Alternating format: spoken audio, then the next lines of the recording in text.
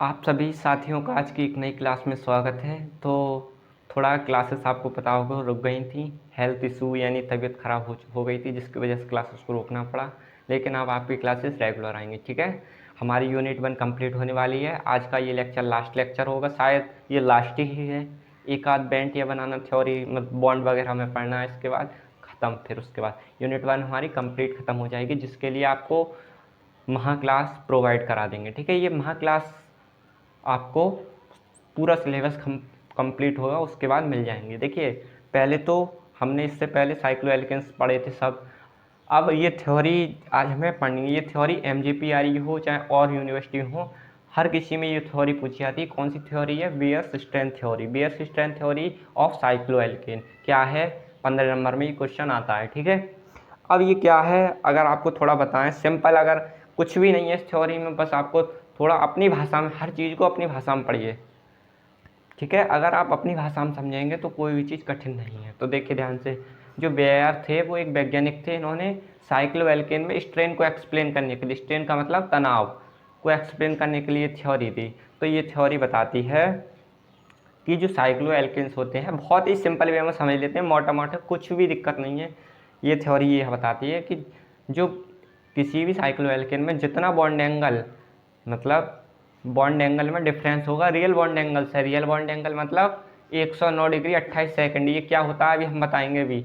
यानी कि जितना डिफरेंस होगा बॉन्ड एंगल में वास्तविक आइडियल बॉन्ड एंगल से, उतना ही उसमें डेविएशन होगा, ठीक है। यानी उसमें उतना ही स्ट्रेन होगा, खिंचू तनाव जिसके अंदर तनाव। यानी 100 बात की एक बात यह है कि ये थ्योरी किसी भी साइक्लो एल्केन में तनाव को एक्सप्लेन करती है कि उसमें कहाँ तनाव है और उसमें स्टेबिलिटी क्या है, ठीक है, बॉन्ड एंगल में डिफरेंस क्या है। तो ये सारी चीज़ें ये थ्योरी बताती है। तो समझते हैं इस थ्योरी को बहुत ही अपने एक नए अंदाज के साथ। देखिए ध्यान से, ये थ्योरी स्पेशली साइक्लो एल्केन, हाँ ये किसके लिए थ्योरी है? साइक्लो एल्केन्स के लिए। में बॉन्ड एंगल का डेविएशन शो करती है। बॉन्ड एंगल का डेविएशन मतलब कितना विचलन, यानी जो बॉन्ड एंगल है उसमें कितना विचलन है, कितना अलग है रियल आइडियल बॉन्ड एंगल से, ठीक है। ये रिंग में स्ट्रेन को एक्सप्लेन करती है। स्ट्रेन का मतलब तनाव, कि रिंग में कितना तनाव है, मतलब साइक्लो एल्केन में भी आपको कौन कौन पता है, कौन से होते हैं बताइए? साइक्लोब्यूटेन, साइक्लोपेंटेन, साइक्लोहेक्सेन, है ना। तो साइक्लोप्रोपेन, तो इनमें क्या क्या, किसमें कम तनाव है, किसमें ज़्यादा है, तो ये सारी एक्सप्लेन करती है यही थ्योरी, ठीक है।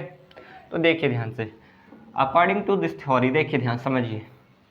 बी नाउ दैट, हम जानते हैं कि कार्बन की ज्योमेट्री कैसी होती है? चतुष्फलकीय होती है। कार्बन की ज्योमेट्री अगर हम आपको समझाएं तो देखिए ध्यान से, कहाँ समझाएं? हाँ जी, देखिए ध्यान से, थोड़ा यहाँ समझाने का प्रयास करते हैं। देखिए ध्यान से, ये कार्बन है, इसकी कितनी संयुक्ता होती है? 4। तो 4 संयुक्ता होती है, तो हम इसको इस टाइप से दिखाएंगे, देखिए ध्यान से।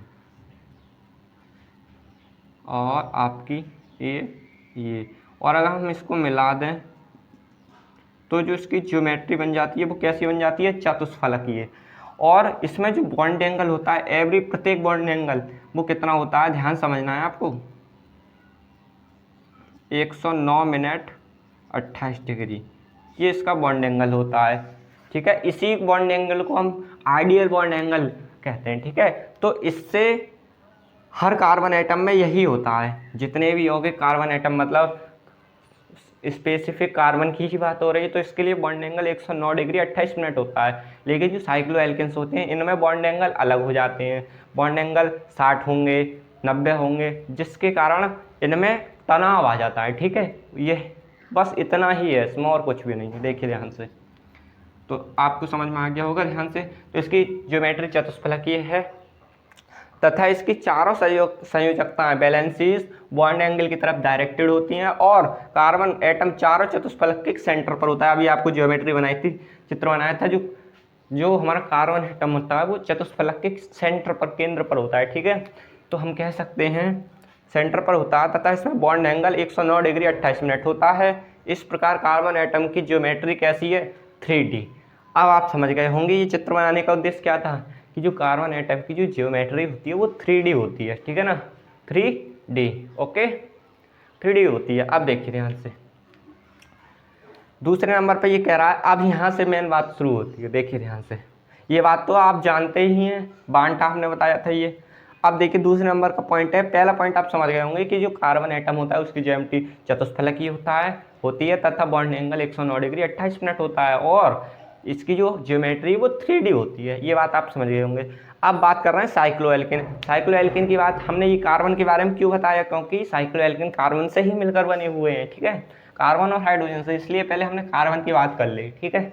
आप देखिए ध्यान से, लेकिन साइक्लोएल्केन्स की ज्योमेट्री प्लेनर यानी 2D, साइक्लोएल्केन्स की ज्योमेट्री कैसी होती है, 2D प्लेनर होने के कारण यह रियल एंगल 109 डिग्री 28 मिनट से विचलन शो करते हैं। यानी कि इनकी जो ज्योमेट्री है वो 2D है। 2D का मतलब आप इसे एक पेज पर ही लिख के दिखा सकते हैं, और कार्बन की जो है वो 3D है, ठीक है।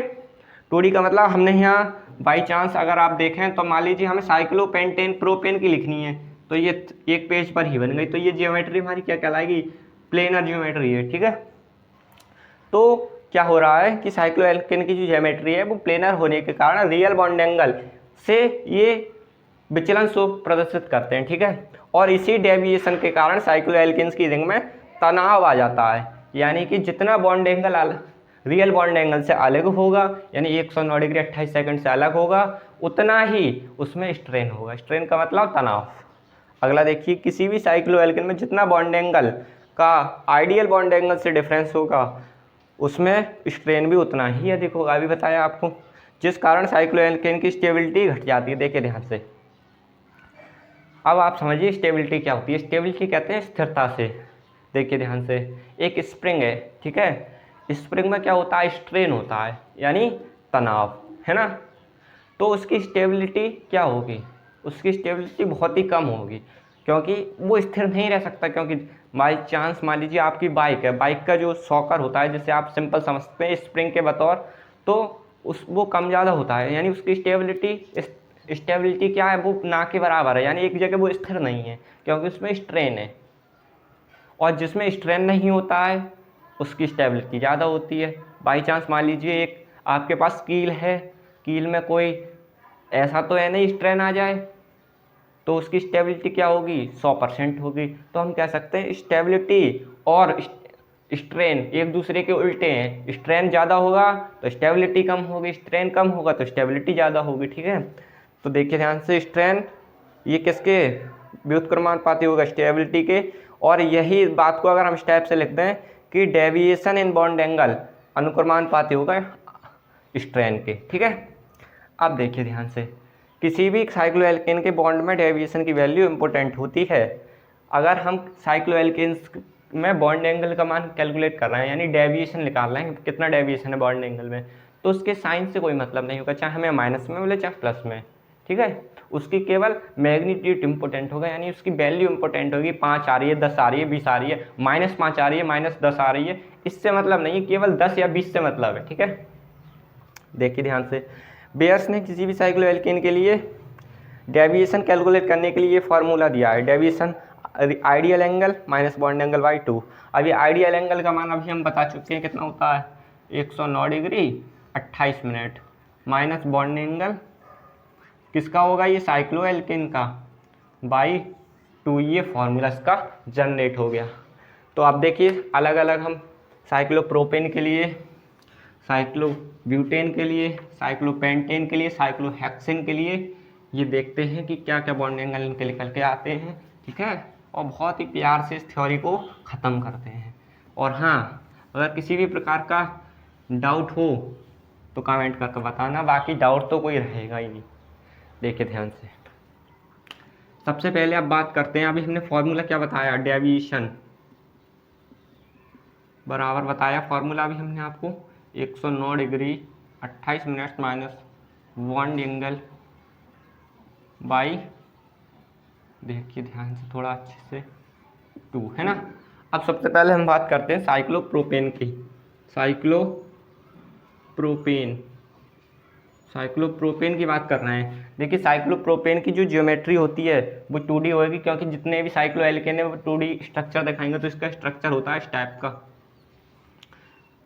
अरे थोड़ा सा आप डाउट में पड़ गए हो तो स्टेप से देखिए, साइक्लोएल्केन ऐसे तो लिखा जाता है, देखिए ध्यान से। तो इसका जो बॉन्ड एंगल होता है, थीटा का मान होता है इसमें, वो 60 अंश होता है। ये भी हम बताएंगे 60 अंश क्यों होता है, क्योंकि जो CH2 होता है वो स्ट्रेन उत्पन्न करता है। स्ट्रेन उत्पन्न होने के कारण इसके जो सारे जो भुजाएं हैं, बॉन्ड एंगल है, बॉन्ड है, वो इक्वल, बॉन्ड लेंथ इनकी सबकी इक्वल होती है स्ट्रेन के कारण।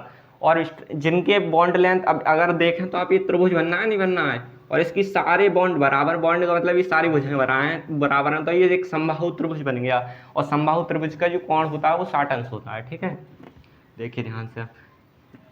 अब इसके लिए हम निकालते हैं तो क्या आएगा, देखिए इसके लिए डेविएशन क्या मिलेगा, डेविएशन, इसके लिए डेविएशन मिलेगा आपका, देखिए ध्यान से, 109 डिग्री 28 मिनट माइनस 60 अंश बटा 2। तो इसके लिए मिलेगा, कैलकुलेट करेंगे जब से, तो देखिए यहाँ से 24 डिग्री 44 मिनट। ठीक है, ऐसे ही साइक्लो ब्यूटेन के लिए देखिए, साइक्लो ब्यूटेन की ज्योमेट्री इस टाइप की होती है, हम आपको सब पढ़ा चुके हैं। ठीक है, इसके लिए थीटा का मान 90 अंश होता है। इसके लिए डेविएशन इसी फॉर्मूले से निकालेंगे, 109 डिग्री 28 मिनट माइनस 90 बटा 2। इसके लिए आती है भाई, आपके ध्यान से देखना से, 9 डिग्री 44 मिनट। ठीक है, ये आती है इसके लिए। अब हम बात कर लेते हैं साइक्लोपेंटेन की। साइक्लोपेंटेन की ज्योमेट्री कैसी होती है, देखिए इस टाइप की होती है, नहीं होती है। अगर आपको थोड़ा सा समझाने का प्रयास करें तो साइक्लोब्यूटेन ऐसी तो लिखा जाता है,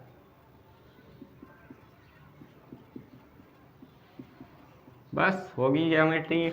यानी इसकी ज्योमेट्री किस टाइप की हुई, इस टाइप की है ना, मंदिर की टाइप की। तो थीटा बराबर इसके लिए कोण होता है 108 डिग्री।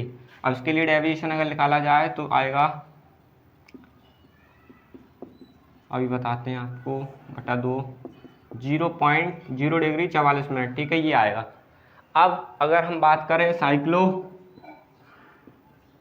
हेक्सेन की, ठीक है, हेक्सेन की, साइक्लो हेक्सेन का क्या होता है, देखिए ध्यान से, इसकी ज्योमेट्री इस टाइप की होती है, बेंजीन की तरह। बेंजीन में बस डबल बॉन्ड होता है, इसमें सिंगल होता है। तो अब इसके लिए जो थीटा का मान होता है वो 120 डिग्री होता है ना। अब देखिए, तो इसमें वैल्यू पुट करेंगे 28 मिनट बट माइनस 120 बटा 2। इसके लिए माइनस 5 डिग्री 41 मिनट 44 मिनट निकल के आएगा। तो अब आप ध्यान से देखें इन वैल्यूज़ को, तो आपको कुछ चीज़ पता चल रही होगी। देखिए इसमें डेविएशन ज़्यादा है, इसमें इससे कम है, इसमें इससे बिल्कुल कम है।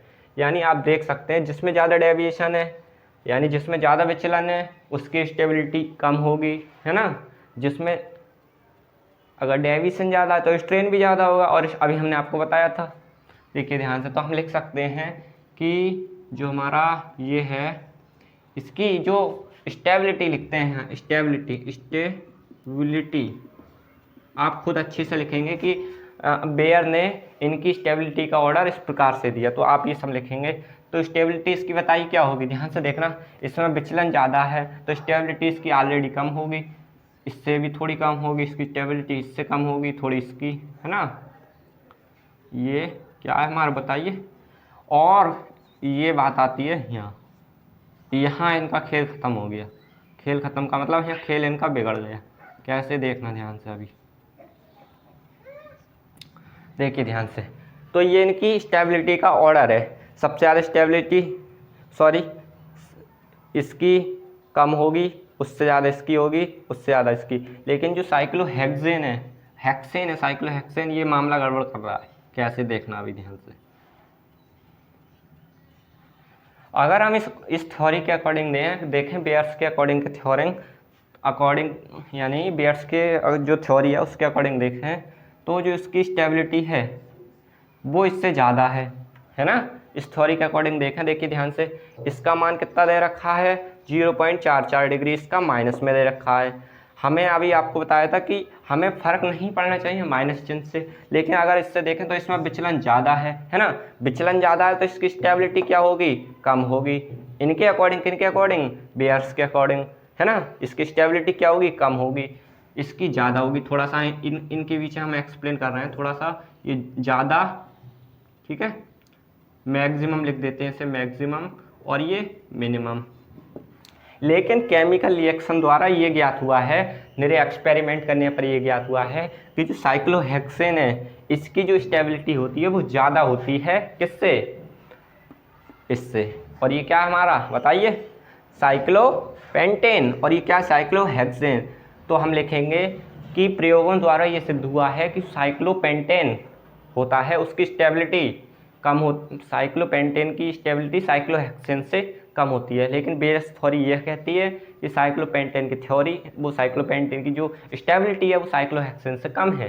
ठीक है, तो ये है इसकी टॉपिक। अब यही थ्योरी इनकी यहाँ फेल हुई, यानी इन्होंने कहा था कि जो हमारा साइक्लोहेक्सेन है उसकी स्टेबिलिटी साइक्लोपेंटेन से कम है, लेकिन प्रयोगों द्वारा ये सिद्ध हुआ कि साइक्लोहेक्सेन की जो स्टेबिलिटी है वो साइक्लोपेंटेन से ज़्यादा है।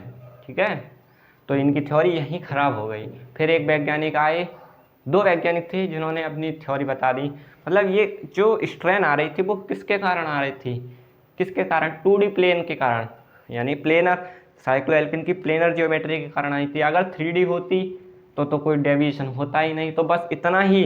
साथ से एक दो वैज्ञानिक आए थे, सत्से एंड मोहर। ठीक है, इन्होंने अपनी थ्योरी एक्सप्लेन कर दी, मतलब इन्हीं की थ्योरी में कुछ उन्होंने मॉडिफाइड कर दिया उसे। इन्होंने कह दिया कि अगर हम, इन्होंने कहा, ध्यान से समझना, आपको अपनी कॉपी में लिखना है। इन्होंने कहा कि अगर हम किसी भी साइक्लोएल्केन की जो ज्योमेट्री है वो प्लेनर ना रख करके उसको 3D में रखें, यानी उसे प्लेनर ना बनाएं, उसके लिए प्लेनर होने के लिए उस पर कोई दबाव ना लगाएं, केवल उसको प्लेनर ना, मतलब उसकी ज्योमेट्री को हम प्लेनर ही नहीं माने। 100 बात की एक बात यह है, आपको लिखना है। मोहर और सास्से ने बताया कि अगर हम किसी भी साइक्लोएल्केन की ज्योमेट्री को प्लेनर ना बनाएं, यानी कि उसे प्लेनर बनाने के लिए उस पर कोई दबाव ना डालें और उसकी ज्योमेट्री को 3D फॉर्म में रहने दें, यानी कि कार्बन की जैसी ज्योमेट्री उससे होती है उसकी फॉर्म में रहने दें, तो उसमें कोई बॉन्ड एंगल में डिफरेंस आएगा ही नहीं। बॉन्ड एंगल 109 डिग्री 28 मिनट ही रहेगा। जब ज्योमेट्री 3D होगी तो बॉन्ड एंगल भी उतना ही रहेगा। और बॉन्ड एंगल में अगर डिफरेंस नहीं आएगा, तो यानी डेविएशन नहीं आएगा, तो रिंग में स्ट्रेन भी उत्पन्न नहीं होगी। तो इन्होंने ये चीज़ बताई, और स्ट्रेन उत्पन्न नहीं होगी तो हमारी रिंग क्या होगी, स्टेबल होगी। तो बस आज की क्लास में इतना ही। आज की क्लास आपको अच्छी लगी हो तो क्लास को लाइक करें, फ्रेंड्स के साथ शेयर करें, और चैनल पर पहली बार हो तो चैनल को सब्सक्राइब करें। धन्यवाद।